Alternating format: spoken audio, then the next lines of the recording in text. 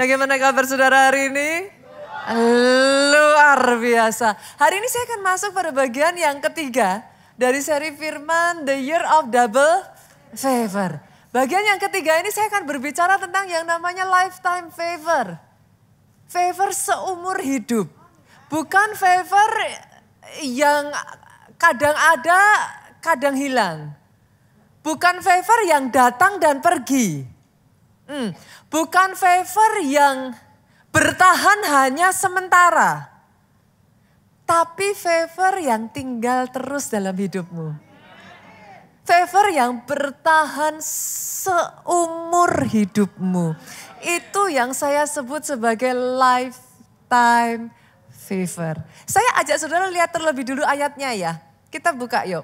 Mazmur pasalnya yang ke-30 ayatnya yang ke-6.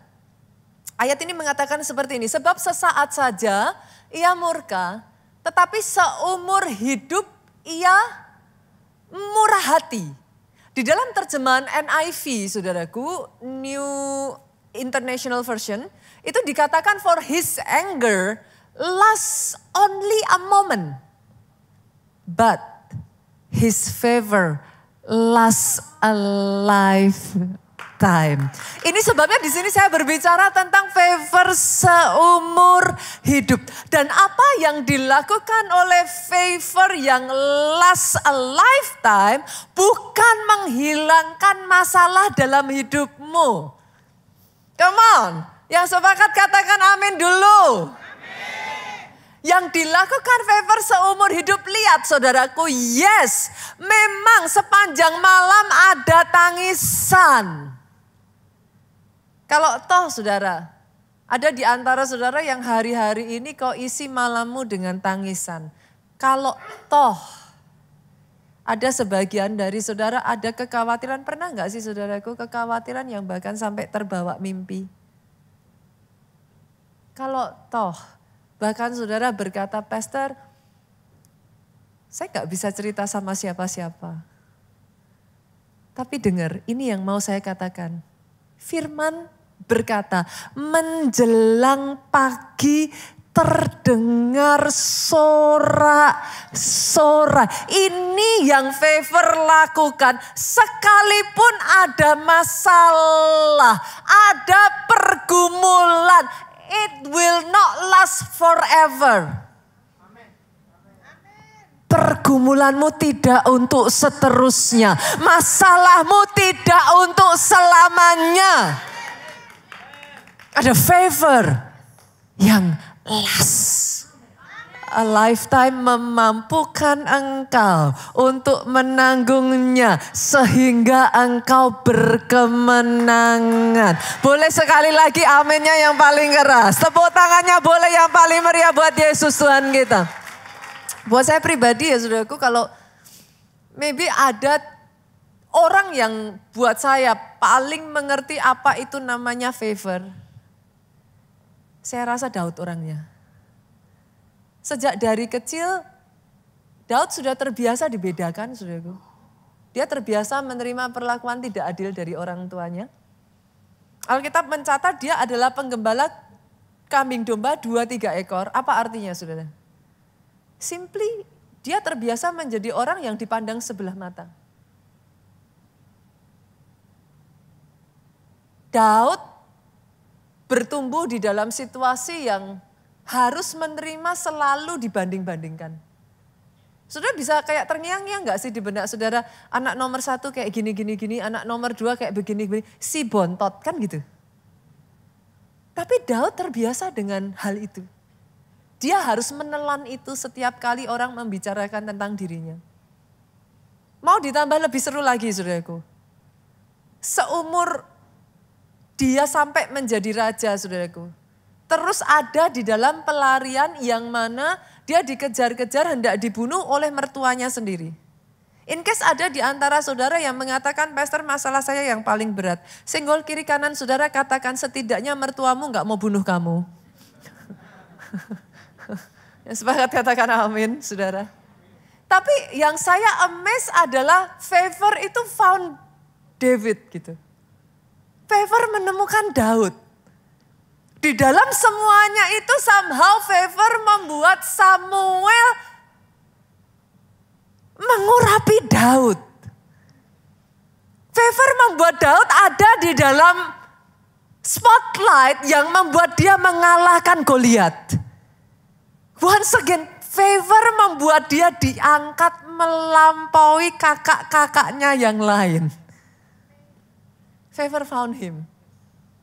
Favor membuat Daud, Bu, tetap kokoh tahtanya sampai dia menutup matanya. Kalau boleh saya mengatakan, saudara, kalau ada orang yang tahu apa arti favor, Daud orangnya. Tapi jangan salah sangka ya, saudara, it's not because he's perfect gitu. Bukan karena Daud orang yang perfect. Favor is not talking about status. Favor tidak mencari orang dari kalangan tertentu, saudaraku. Favor bukan mencari orang yang sempurna. Berapa banyak dari saudara yang menyadari Tuhan itu menerima engkau just the way you are loh.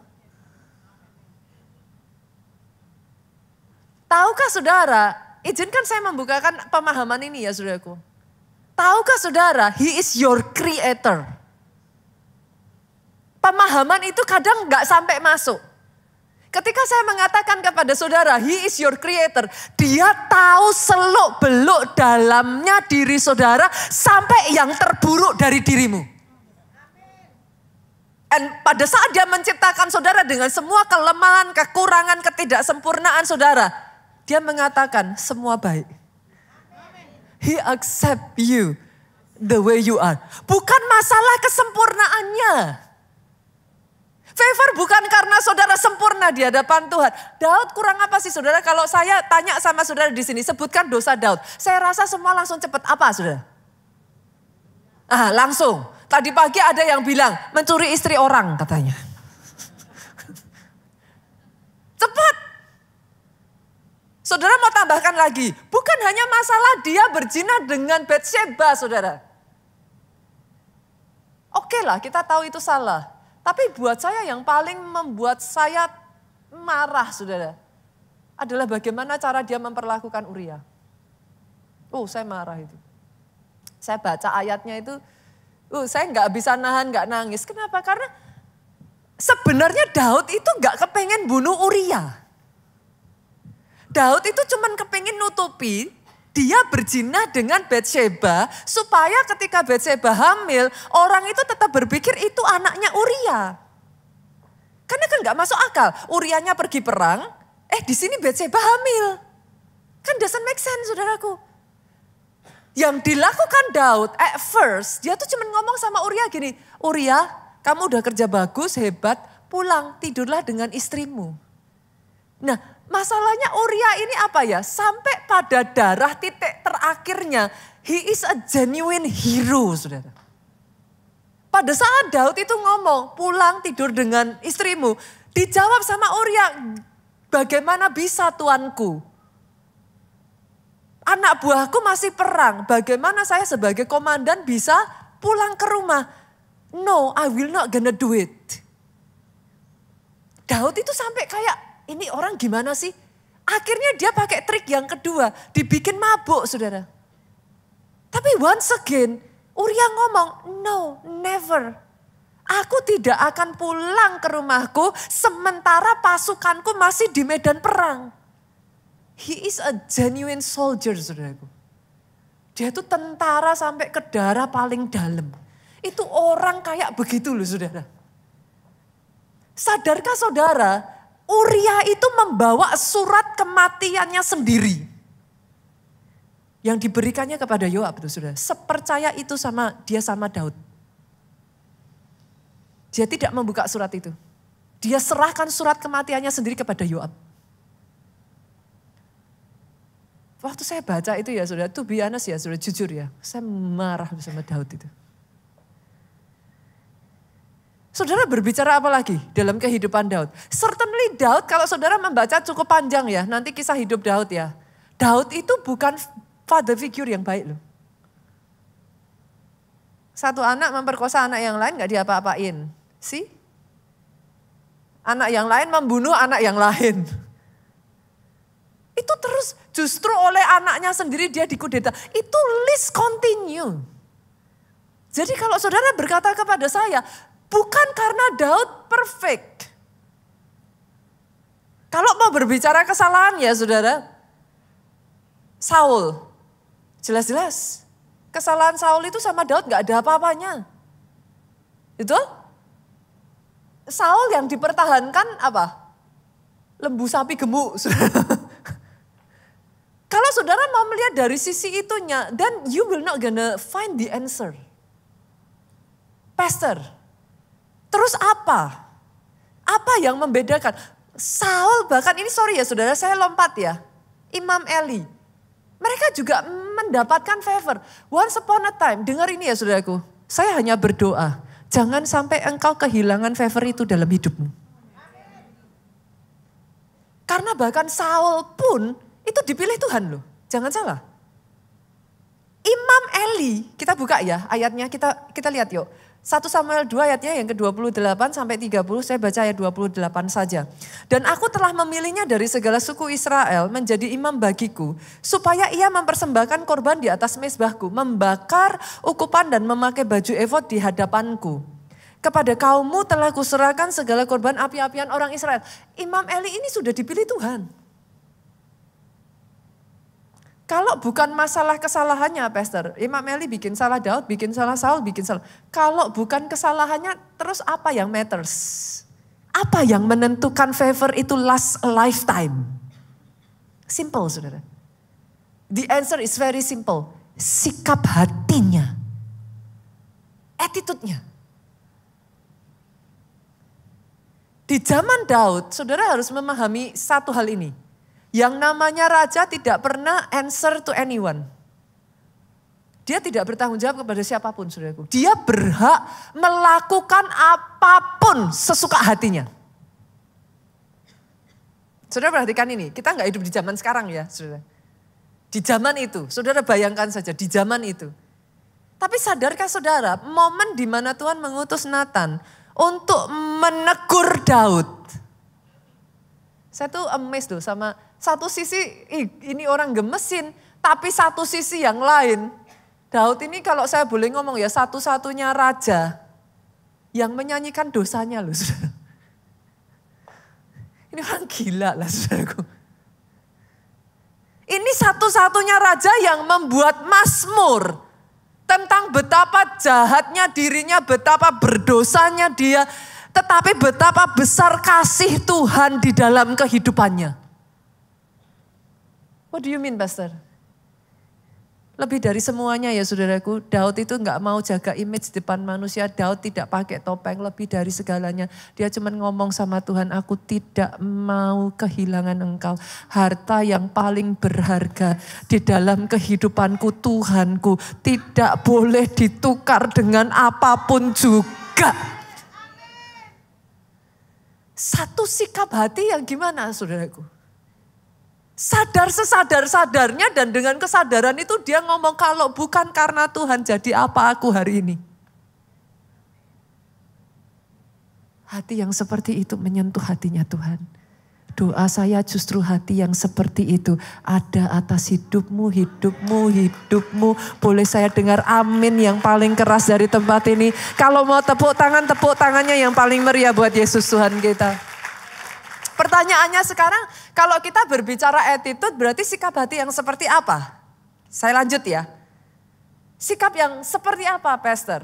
Dari semua hal ya saudaraku, saya akan ngambil satu yang buat saya itu paling mengena di hadapan Tuhan. It's very crucial gitu. Kerendahan hati. Kalau saudara mau berbicara tentang sikap apapun yang satu ini ya saudaraku, jawabannya cuma satu, kerendahan hati. Kenapa? 1 Petrus 5 ayat 5. Saudara harus mengenal pribadi seperti apa Tuhan yang engkau sembah. Ayat ini menjelaskan dengan cukup gamblang saudara. Demikian jugalah kamu hai orang-orang muda, tunduklah kepada orang-orang yang tua. Dan kamu semua, rendahkanlah dirimu seorang terhadap yang lain. Sebab, kenapa? Ini alasannya saudara. Sebab Allah menentang orang yang congkak. Sama seperti setiap saudara, kita ini kan punya karakter ya saudara. Tuhanmu juga punya karakter. Salah satu karakternya, dia benci kesombongan. Bukan cuma benci saudara. Saya kasih dalam terjemahan bahasa Inggrisnya ya. Ayat ini menarik sekali saudaraku. Terjemahan New English Translation saudara. Dikatakan gini, clothe yourself with humility. Nanti saya jelaskan bagian depannya. Toward one another because God oppose the proud. Kata oppose adalah kata yang dipakai untuk opposite. Tuhan bukan cuma benci, dia melawan kesombongan. Dengan kata lain, bolehkah saya simpulkan seperti ini? Engkau tidak bisa, favor tidak bisa diakses dengan kesombongan. Itu udah certainly sudah. Karena dia oppose. Oppose itu apa? Dia melawan, dia menentang orang yang sombong. Begitu didapati yang satu ini, dia menentang orang yang sombong. Pernah nggak ketemu dengan orang ya saudaraku, udah salah?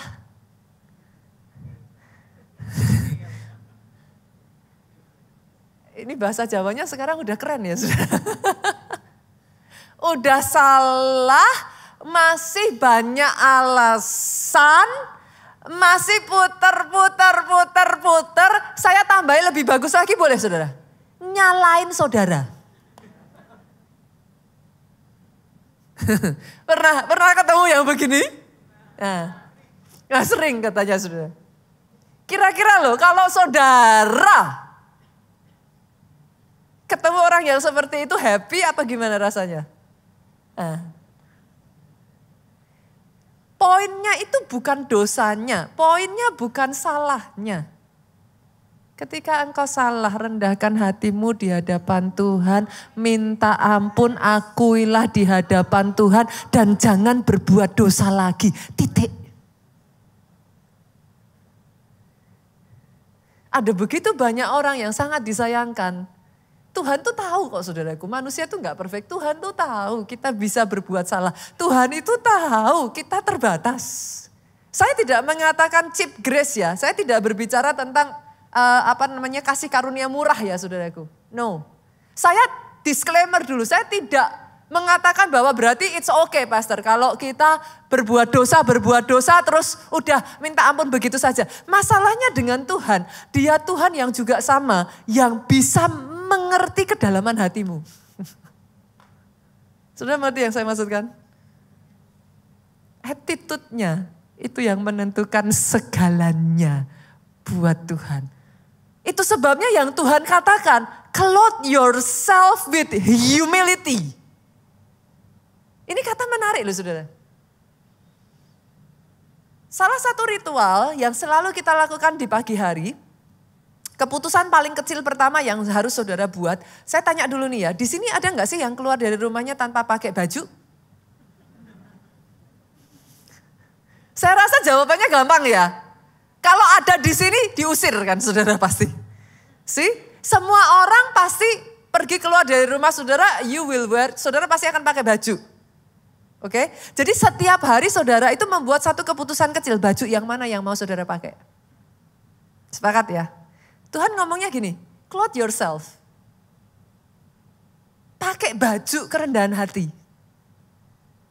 Boleh gak saya simpulkan, berarti yang namanya kerendahan hati itu gak otomatis ada di dalam diri kita. Sampai diumpamakan sebagai baju. Artinya every single morning, saudara membuat keputusan, apakah hari itu engkau mau mengenakan baju kerendahan hatimu atau tidak. Karena it doesn't come automatically. Itu tidak melekat di tubuh saudara, itu bukan bagian dari kulitmu. It's not your skin. Manusia pada dasarnya punya kesombongan, manusia pada dasarnya. Tetapi di dalam semuanya itu, you choose hari itu to clothe yourself with humility. Dan itu menyukakan hatinya Tuhan. Satu attitude yang ini saudara, itu menarik favornya Tuhan turun. Sampai di sini sudah, saya bawa lebih lanjut boleh? Boleh ya. Tadi kita sudah tahu, 2025 ini kita mau start with favor. Oke, kita sudah tahu yang menentukan favor bukan jabatan, yang menentukan favor bukan kita perfect. Tapi attitude. Kita sudah tahu attitude yang seperti apa, kerendahan hati. Boleh nggak saya breakdown? Kerendahan hati ini muncul dalam wajah-wajah apa saja, manifestasi apa saja di kehidupan sehari-hari. Karena sebagian dari saudara mungkin bertanya-tanya, Pastor kerendahan hati saya disuruh apa? Boleh saya breakdown? Saya bagikan 3 ya. Yang pertama, kerendahan hati muncul di dalam bentuk yang mau merendahkan diri. Nah ini. Apa itu merendahkan diri, Pastor? Bedakan antara merendahkan diri dengan rendah diri ya. Boleh sudah? Rendah diri itu minder. Rendah diri kita merasa kayak enggak mampu. Rendah diri itu sikap yang kecil apa sih saudaraku? Kita nggak punya ini gitu sudah. Tapi kalau merendahkan diri justru butuh kebesaran hati. Sepakat ya? Sepakat. Oke. Dalam Alkitab ada satu kisah yang akan saya bagikan kepada saudara dari seorang raja yang hidupnya berubah 180 derajat ketika dia merendahkan diri di hadapan Tuhan. Kita lihat ya. Kita lihat. Nanti saya akan bacakan kepada saudara kisahnya. Tetapi ini adalah cerita dari seorang raja yang bernama Manasye. Ada yang pernah dengar nama ini? Pernah dengar? Siapa Manasye, saudara? Yang bilang pernah. Siapa Manasye? Enggak banyak yang pernah dengar Manasye sih. Pernah enggak dengar Raja Hizkia? Nah, kalau ini lebih banyak ya. Raja Hizkia raja yang baik atau raja jahat? Raja yang baik. Manasye ini anaknya Hizkia. Oke, sekarang udah nyantol ya di sini ya saudaraku. Besok kalau nama Raja Manasye keluar, saudara tahu, oh ini anaknya Raja Hizkia. Raja Hizkia terkenal karena apa Bapak Ibu? Karena apa? Masih ingat gak seorang raja yang di tahun pertama pemerintahannya? Dia langsung membuka rumah Tuhan yang sudah ditutup selama zaman ayahnya memerintah. Ini raja yang sebelum membenahi yang lain-lain, dia merobohkan tiang-tiang berhala, dia membangun kembali rumah Tuhan. Jadi Hizkia ini raja yang sangat terkenal sebagai raja baik. Manasye ini anak dari Raja Hizkia. Dia adalah raja yang memerintah terlama di Yehuda, 52 tahun. Nah ini nanti kalau pas cerdas cermat Alkitab ingat ya saudaraku. Anaknya Hizkia, Manasye gitu saudara. Oke ya.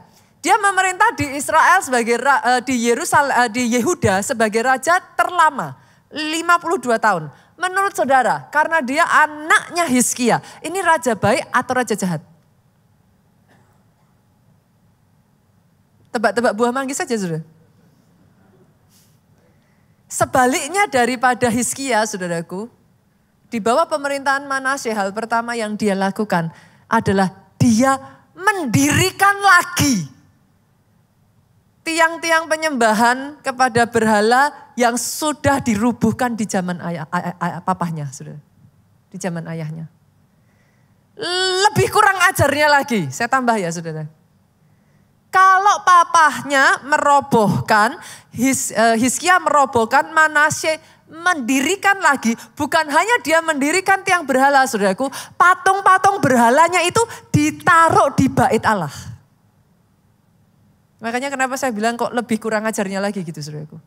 Kebayang gak sih saudara bawa semua patung-patung berhala kalau zaman sekarang bait Allah itu gereja gitu. Ya kurang lebih seperti itu. Lebih jahatnya lagi. Manasye ini adalah raja yang bahkan mengorbankan anaknya saudaraku. Dibakar hidup-hidup untuk persembahan berhala. Jadi saudara bisa membayangkan ya. Orang seperti apa Manasye. Di tengah semua titik terendahnya dia, saudaraku, Tuhan marah, dikirimlah bangsa Asyur untuk menjajah Israel pada saat itu, Yehuda. Manasye dibawa sebagai tawanan perang. Nah, inilah ayat yang saya ajak saudara baca, 2 Tawarik yuk. Pasal ke-33 ayatnya yang ke-12 sampai ayatnya yang ke-13. Dari semua titik yang dia sudah mengalami titik terendah itu, ayat 12 ini ngomong, dalam keadaan yang terdesak ini, ia berusaha melunakkan hati Tuhan Allahnya. Ia sangat, bukan hanya merendahkan diri loh saudara, ia sangat merendahkan diri di hadapan Allah nenek moyangnya dan berdoa kepadanya. Saya tanya nih, kalau saudara diberi kesempatan jadi Tuhannya, orang yang kayak gini, tengah baik-baik semuanya happy-happy, bye-bye Tuhan. Bukan cuman bye-bye Tuhan, dia dirikan tiang berhala, dia bawa itu patung-patung masuk ke rumah Tuhan, plus dia korbankan anaknya dibakar hidup-hidup untuk berhala. Sekarang kondisinya jatuh, sekarang dia habis-habisan. Datang sama Tuhan. Nah sekarang saya kasih saudara kesempatan jadi Tuhannya. Seandainya itu saudara, apa yang akan saudara lakukan? Kalau saya sudah, saya pides. Bahasa Jawanya keluar saudara. Saudara tahu apa artinya dipides? Ini yang bahasa Jawa tahu. Saudara, oke. Dipides saudara mau tahu artinya? Ada di sini yang punya anabul? Adakah? Ada. Oke. Kadangkala anabul saudara ada kutunya. Kalau saudara dapati kutu pada anabul, apa yang saudara lakukan?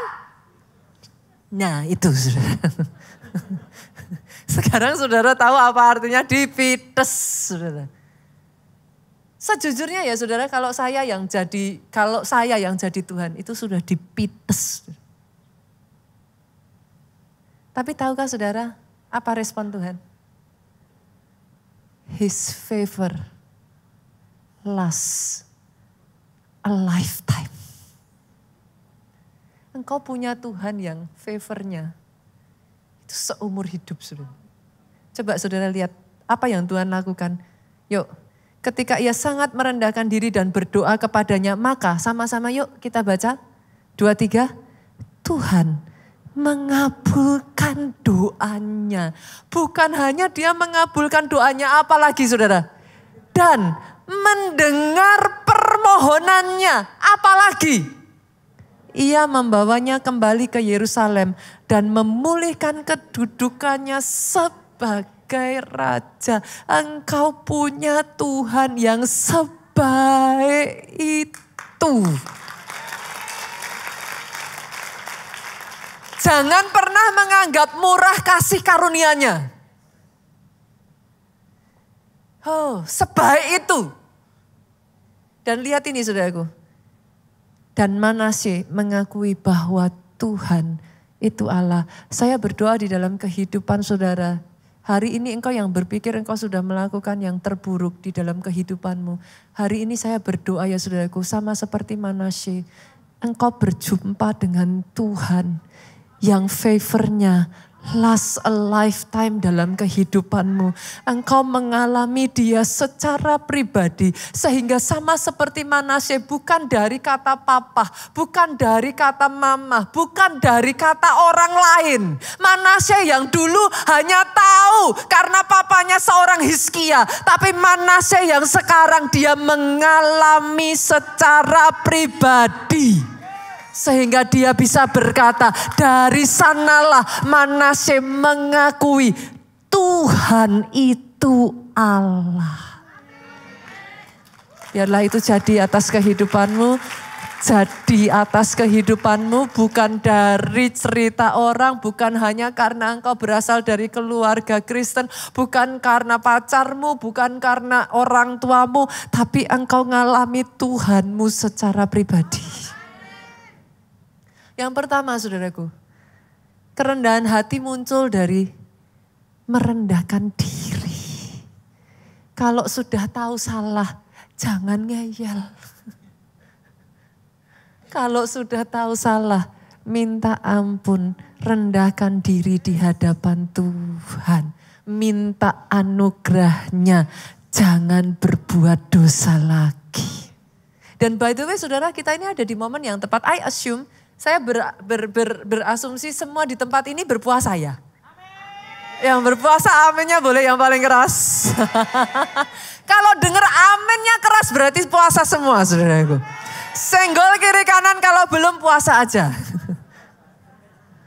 Saya belakangan ini membaca satu ini saudaraku. Artikel mengenai puasa.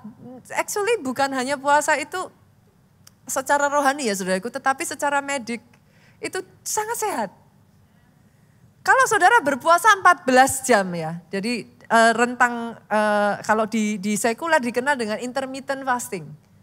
Kalau saudara berpuasa dengan jarak 14 jam, saudara tahu apa yang terjadi? Nah, di sini juga ada dokter nih. Nah, nanti bisa koreksi saya kalau saya salah gitu. Karena saya bukan dokter, saudaraku. Ketika saudara berpuasa 14 jam, itu lemak-lemak yang tersembunyi di dalam tubuhmu itu akan mulai luruh, saudara. Bahasanya luruh itu apa? Bukan luruh, saudara. Jadi gini, boleh nggak saya kasih statement ini? Kita nggak mati karena puasa. Justru banyak orang mati karena kebanyakan makan. Jangan diaminkan saudaraku. Coba perhatikan. Seringkali orang makanannya kan yang gak diatur kolesterol tinggi. Karena apa? Gula darah tinggi karena apa? Balik-balik lagi makan. Justru saudara, kalau saudara datang ke dokter, orang yang ada fatty liver, datang ke dokter, ini kalau ada dokter nih perkataan saya benar gak? Kalau saudara kena fatty liver, datang ke dokter, yang disuruh dokter sama saudara apa? Puasa. Kenapa? Karena sesungguhnya pada saat saudara berpuasa dalam batasan jam tertentu ya saudaraku, 14-16 jam itu, lemak-lemaknya itu dengan sendirinya akan diambil saudara oleh tubuh. Karena tubuh saudara kan harus bertahan. Karena dia harus bertahan, dia akan ngambil tuh lemak-lemak yang ada di dalam tubuh saudara sendiri. Nah, berkatnya kalau saudara bisa bertahan puasa sampai jam 6 sore. Ini berkatnya, ada berkatnya saudaraku. Kalau saudara nggak tergoda oleh teng bakso gitu kan. Saudara bisa bertahan nih sampai jam 6 sore, saudara tutup nih maksimal saudara hanya boleh makan sampai jam 12 malam. Which is artinya saudara berpuasa 18 jam. Itu ada satu proses yang terjadi yang namanya autofagi. Autofagi itu proses di mana tubuh saudara itu akan memakan sel-sel rusak dan sel-sel jahat dalam tubuhmu. That's the blessing saudara. Jadi dengan sendirinya ketika tubuh melakukan itu, regenerasi sel baru terjadi. Justru malah sehat. Senggol kiri kanan katakan puasa itu sehat. Ayo. Justru yang bikin gak sehat bukan puasa, banyak makan. Gitu. Tapi saya gak mau membicarakan tentang sisi medis ya saudaraku. Sisi itu kita anggap sebagai bonus. Sepakat? Ada yang puasa Kristen itu berikan melampaui itu semua. Kalau engkau melakukan puasamu dengan benar, bukan hanya sekedar enggak makan. Kalau enggak makan mah bonusnya udah banyak. Sehat, langsing, apalagi. Semuanya lah saudaraku banyak. Tapi kalau saudara lakukan puasa Kristen dengan benar, yaitu menambahkan jam doa. Yang diregenerasi bukan hanya sel tubuh. Tapi saudara nanti akan menemukan jiwamu dipulihkan. Rohmu diperbaharui. Jadi puasa Kristen punya berkat triple saudara. Roh, jiwa, tubuh. Saya beberapa waktu itu membaca satu kesaksian-kesaksian. Bahkan sekian ini bukan jurnal ya saudaraku. Tapi saya pribadi pun mengalami. Justru ketika saya berpuasa yang tadinya saya itu ada di dalam state secara kejiwaan itu apa? Kalau orang boleh bilang itu kena gitu ya saudaraku. Ada momen-momennya kadang saudara bisa mengalami kayak stres. Saudara bisa mengalami depres dalam batasan-batasan tertentu ya saudara. Justru ketika saya puasa saya merasa jiwa saya itu dipulihkan. Kestabilannya dikembalikan saudara. Jadi puasa itu amazing sekali. Senggol kiri kanan. Saudara happen to be, saudara ada di gereja yang hobi puasa. Yang sepakat katakan amin. Senggol kiri kanan bilang jangan hanya amin. Ayo puasa. Momen 21 hari puasa ini ya saudaraku. Di pembukaan kenapa keluarga Allah mengadakan puasa di awal tahun. Ini momen rendahkan diri di hadapan Tuhan. Kita ngomong Tuhan kita gak bisa tanpa Tuhan. Kita butuh penyertaan Tuhan. Kita butuh favor di 2025 ini. Saya doakan saudaraku semua ya. Pastor sudah terlambat. Enggak kok. Bisa starting hari ini juga bisa saudara. Aduh pastor tadi pagi sudah terlanjur makan. Besok bisa. Mau kemana? Lari kemana saudara? Ayo. Yang penting pokoknya puasa aja. Amin. Boleh sekali lagi kita kasih tepuk tangan yang paling meriah. Yang kedua. Kalau yang pertama perwujudannya adalah merendahkan diri di hadapan Tuhan. Yang kedua mau menghormati. Mau menghormati ini, oke, saya bacakan dulu ayatnya saja ya saudaraku. 1 Samuel 2, kita lanjutkan tadi. Kita sudah baca ayat 28, kita lompat ke ayat 30 bagian B. Sebab siapa yang menghormati aku akan kuhormati. Tetapi siapa yang menghina aku akan dipandang rendah. Kata menghormati di sini bukan, saya tidak hanya sedang berbicara tentang sopan santun ya Pak. Saya berbicara menghormati yang diwujudkan dalam tindakan. Action. Maksudnya gimana Pastor? Simple tuh sebenarnya saudaraku. Simple, sangat simple sekali. Buat saudara, yang saudara jemaat, kalau yang pelayan Tuhan kan jelas-jelas saudaraku. Harus datang sejam sebelumnya lah dan lain sebagainya. Seperti itu dari awal lah atau seperti apa. Tapi kalau saudara sebagai jemaat dan saudara belum pelayanan. Simple tuh saudara menghormati Tuhan. Boleh gak datang on time? Datang tepat waktu. Jangan datang hanya pas firman. Boleh? Boleh? Saya tanya nih saudara. Saudara kalau buat janjian dengan manusia aja. Orangnya datang terlambat ngasih alasan panjang lebar. Bla bla bla. Jengkel atau seneng? Pasti jengkel. Tahukah saudara bahkan sebelum engkau datang. Hadiratnya artinya Tuhan itu sudah ada di tempat ini. He's waiting for you. Sesimpel, datang tepat waktu yuk. Ikuti dari awal. Penyembahan saudara ikuti. Bahkan bila perlu datang jangan hai. Duduk, kusyuk, cari wajah Tuhan. Nanti saudara akan ngerasain ibadah terasa berbeda. Itu hal yang paling simpel saudaraku. Hormati Tuhan dari yang paling simpel. Tahukah saudara satu hal yang paling matters buat Tuhan saudara. Setiap kita kan punya bahasa kasih tuh. Saudara mau tahu bahasa kasihnya Tuhan saudara? Tuhan saudara punya bahasa kasih loh. Loh beneran. Kan di sini ada yang bahasa kasihnya apa? Give. Apalagi? Word of affirmation. Kata pujian. Apalagi? Apa? Physical touch. Apalagi? Quality time. Ada banyak saudaraku. Kita itu punya bahasa tubuh, bahasa kasih yang berbeda-beda. Saudara mau tahu bahasa kasih Tuhan saudara? Yohanes 14 ayat 21. Kita lihat. Multimedia boleh bantu saya? Karena gak ada di catatan sebenarnya. Kita lihat ya saudaraku. Thank you multimedia. Ini bahasa kasihnya Tuhanmu saudara. Jadi every time sejak dari baca ayat ini, saudara berkata, Tuhan I love you. Ingat ayat ini. Barang siapa memegang perintahku dan melakukannya, dialah yang mengasihi aku. Ini bahasa kasihnya Tuhan. Saudara menghormati dia ketika engkau taat. Ini bahasa kasihnya. Yang jadi masalah, nah ini saya paling senang sekali mengingatkan yang satu ini sudah. Gimana bisa memegang perintahnya, apalagi melakukannya senggol kiri kanan, injak kakinya bila perlu, kalau baca aja enggak. Tuh, tidak heran banyak orang Kristen gini, Tuhan Maha Kasih, Tuhan tahu hatiku kok. Loh, pernah dengar kata-kata itu? Tuhan kan tahu hati saya. Pertanyaannya simpel loh, saudara tahu hatinya Tuhan enggak? Kenapa Tuhan terus yang tahu hati saudara? Tuhan saudara itu precise loh.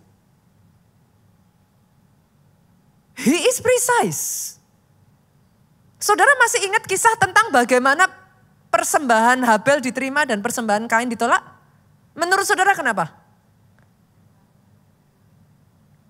Kenapa? Karena kalau ada anak-anak sekolah minggu yang bilang, karena Kain mempersembahkan sayuran yang sudah layu.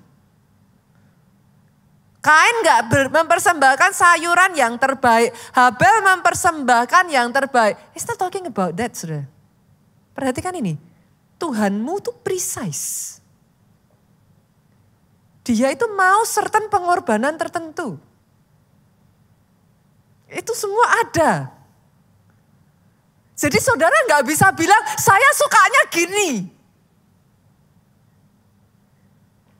Karena hari-hari ini saya berhadapan dengan orang Kristen. Banyak yang mengatakan kepada saya seperti ini. Pastor, berarti kalau saya nggak melayani Tuhan nggak sayang saya lagi. Itu kan katanya pendeta aja supaya semuanya melayani. Kalau saya nggak berbuat ini berarti nggak begini lagi. Saya disclaimer ya saudara, saya katakan ini dulu. Bahkan saudara nggak melakukan apa-apa, Tuhanmu mati buat engkau. Garis bawah itu dulu. Tapi sadari ini. Yes, dia Tuhan yang barang siapa memegang perintahku dan melakukannya, dia mengasihi aku. Saudara harus bisa membedakannya. Saudara harus bisa membedakan. Bukan, he is very precise. Dia tuh bahkan kalau zaman dulu ya saudara, orang membawa korban persembahan ya, nggak boleh sembarangan loh saudara. Itu bahkan nggak boleh dari binatang yang cacat. Ada kriterianya satu persatu. Masih ingat gak saudara pada saat Daud membawa tabut perjanjian? Usah disambar. Ada kriterianya. Saudara gak bisa bilang Tuhan tahu hatiku. Yes, Tuhan tahu hati saudara semua, Tuhan tahu. Tapi dia precise. Dia punya ketetapan. Dia punya ketentuan. Pertanyaannya, do you know? Di dalam perjanjiannya itu precise. Doa saya hari ini kita bukan hanya menjadi orang Kristen sampai tahapan tertentu. Bukan hanya menjadi orang Kristen yang hanya mau Tuhan tahu kita. Tapi apa sih yang Bapak kita mau? Apa sih yang menyenangkan hatinya Tuhan? Justru ketaatanmu itu nyampe menjadi bagian yang menyukakan hatinya Tuhan. Mau menghormati. Bentuk penghormatan saudara actually ya saudaraku. The very ultimate. Penghormatan dan kasih terbesar itu pernah dibayar satu orang. Namanya Yesus Kristus Tuhan. Itu sebabnya Alkitab mencatat. Kepadanya dikaruniakan nama di atas segala nama. Karena dia mati, bahkan mati sampai di atas kayu salib karena ketaatannya kepada Bapa. Dia punya agenda, saudara. Saudara harus tahu itu. Dia punya caranya. Gak bisa sesuka-sukanya kita. Gitu. Make sense, Bapak Ibu? Dan boleh saya bawa lebih maju lagi enggak? Boleh. Bagaimana engkau bisa menghormati yang tidak tampak kalau menghormati yang tampak aja gak bisa? Saya tahu ini nggak enak nih. Berapa banyak di sini yang saya consider berapapun usia saudara, saudara masih punya orang tua. Boleh angkat tangan saudara? Firman Tuhan berkata, hormatilah orang tuamu. Nggak bisa saudaraku.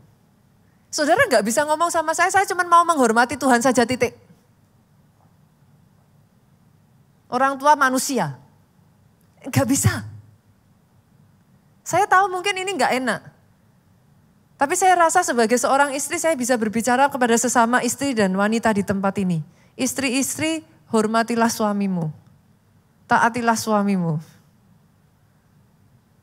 Enggak gampang ya, saudara. Saya tahu enggak gampang. Siapapun saudara di tempat ini, firman Tuhan saya tambahkan lagi, masih boleh enggak saudara? Masih sayang saya enggak?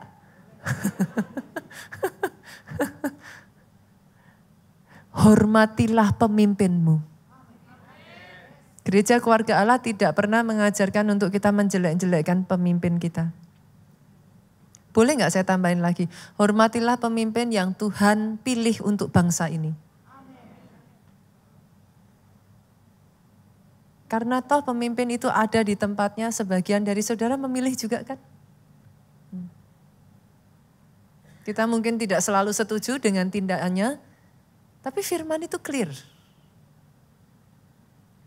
Bagaimana kau bisa menghormati yang tidak tampak, kalau yang tampak di depan matamu pun engkau tidak bisa menghormati. Boleh ya Bapak Ibu ya? Yang kedua ya, wujud dari kerendahan hati. Yang ketiga, yuk. Mau melayani. Ini agak dalam saudaraku. Saya bacakan dulu ayatnya saja di Maleakhi 3 ayat 17. Mereka akan menjadi milik kesayanganku sendiri, firman Tuhan semesta alam, pada hari yang kusiapkan. Aku akan mengasihani mereka. Nih, perhatikan kata-kata ini sudah. Sama seperti seorang yang menyayangi anaknya yang melayani dia. Ini menjadi pertanyaan yang tricky. Berarti Tuhan, kalau ada tulisan sama seperti seorang yang menyayangi anaknya yang melayani dia, ada perbedaan gak melayani dan gak melayani? Ini kayaknya semakin berat nih jawabnya. Hah?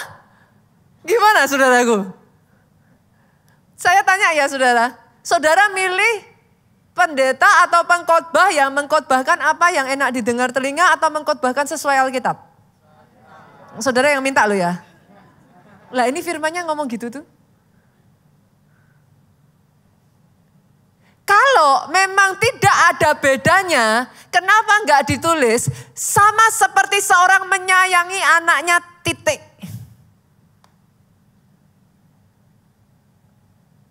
Tahukah saudara kenapa? Di dalam pelayanan itu ada bonding dan relationship. Saya kasih landasan lagi ya saudaraku. Saudara pernah nggak mendengar cerita-cerita seperti ada orang-orang di usia lanjutnya, di usia, maaf saudaraku kalau saya pakai bahasa ini, di usia tuanya. Justru malah ketika dia meninggal memberikan warisan dan hartanya kepada, maaf saudara, ART ataupun orang yang menemani dia di masa tuanya. Saudara bisa mengerti yang saya maksudkan? Pernah dengar cerita-cerita seperti itu? Oke. Pernahkah saudara juga, saya kasih lagi gambaran ya saudaraku. Di Indonesia ini pada jabatan-jabatan tertentu seperti kayak presiden saudaraku dan jabatan di bawahnya itu biasanya mereka akan punya ajudan. Betul? Nah, pada saat ajudan ini ditugaskan untuk melayani presiden atau melayani jabatan pemerintahan tertentu, saudaraku. Pernahkah saudara mendengar nantinya justru para ajudan inilah yang diangkat ke posisi-posisi strategis? Sering ya? Oke, dengar itu. Oke, saya tarik ini ke ayat ini tadi. Ada satu bonding yang berbeda ketika engkau melayani, saudara. Melayani itu bukan sesuatu yang rendah. Itu sebabnya Tuhan tuh ngomongnya gini, barang siapa yang terbesar di antara kamu hendaklah ia melayani. Jadi ternyata Tuhan itu punya ukuran yang beda sama kita. Buat manusia yang melayani itu yang lebih rendah. Buat Tuhan, jalanku bukan jalanmu, pikiranku bukan pikiranmu.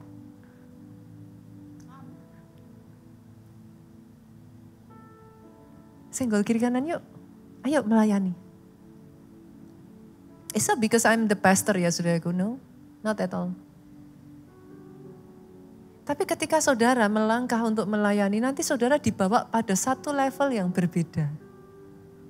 Saudara tahu level apa? Level disakiti, saudara.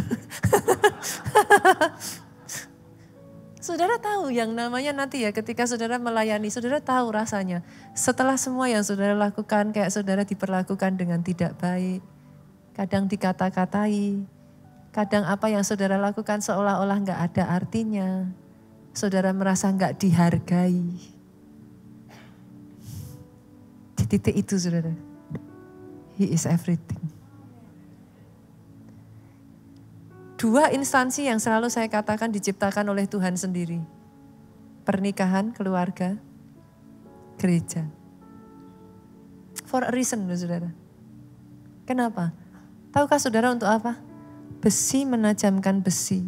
Manusia menajamkan sesamanya. Salah satunya ya, masih ada banyak alasan yang lain.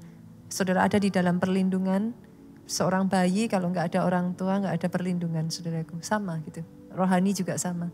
Tapi saya nggak membahas yang lain. Salah satunya saudara, besi menajamkan besi. Manusia menajamkan sesamanya. Yang paling susah ada di dalam sebuah gereja lokal. Dan kenapa kita sebagai orang Kristen mengenal yang namanya gereja lokal? Disitulah engkau dibentuk. Bukan hanya melihat baiknya saja. Bukan hanya melihat yang kerennya saja.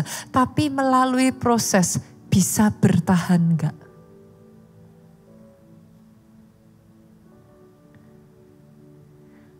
Harta yang paling berharga,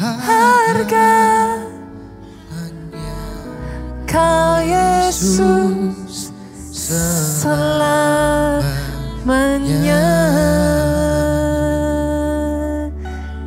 Sama-sama yuk kita pujikan lagunya ini. Memilihmu bagian yang terbaik. Kita bangkit berdiri jemaat Tuhan. Tak akan terganti.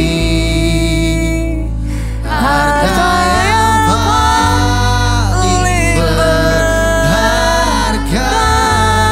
hanya Kau Yesus selamanya. Tahukah saudara kenapa rasa sakit itu actually baik saudara?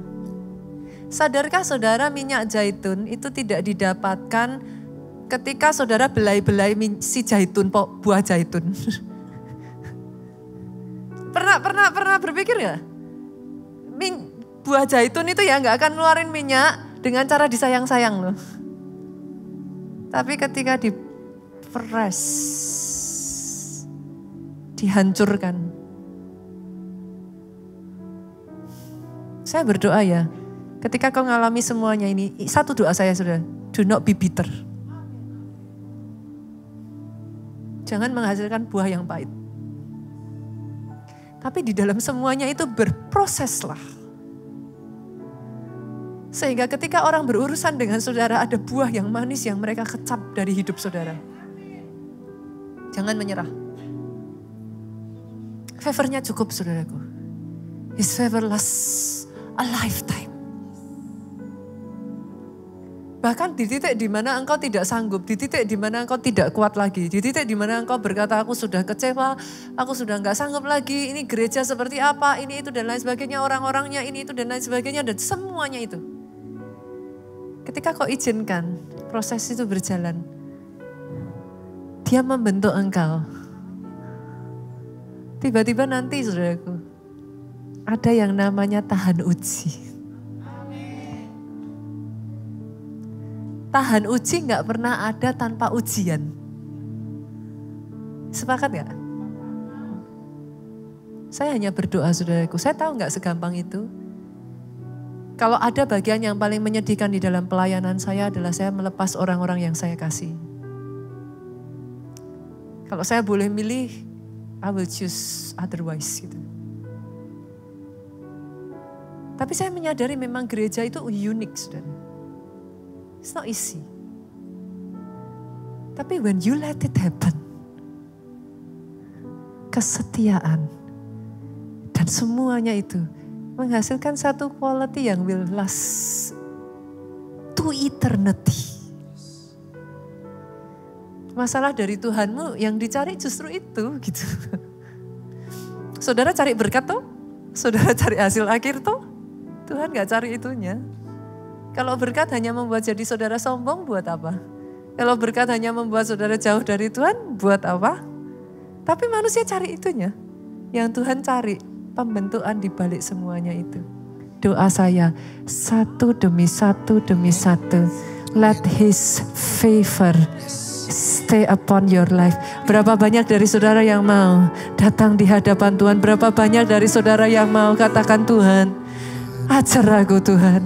Tuhan, biarlah favor yang di dalam kehidupanku. Favor, the lifetime favor. Itu yang memampukan aku melalui satu demi satu. Memampukan aku berkemenangan. Memampukan aku untuk sungguh-sungguh sampai pada batas akhir garis finish. Finish well. Finish strong. Sehingga kami bisa mengatakan lagu ini. Mengiringmu bagian yang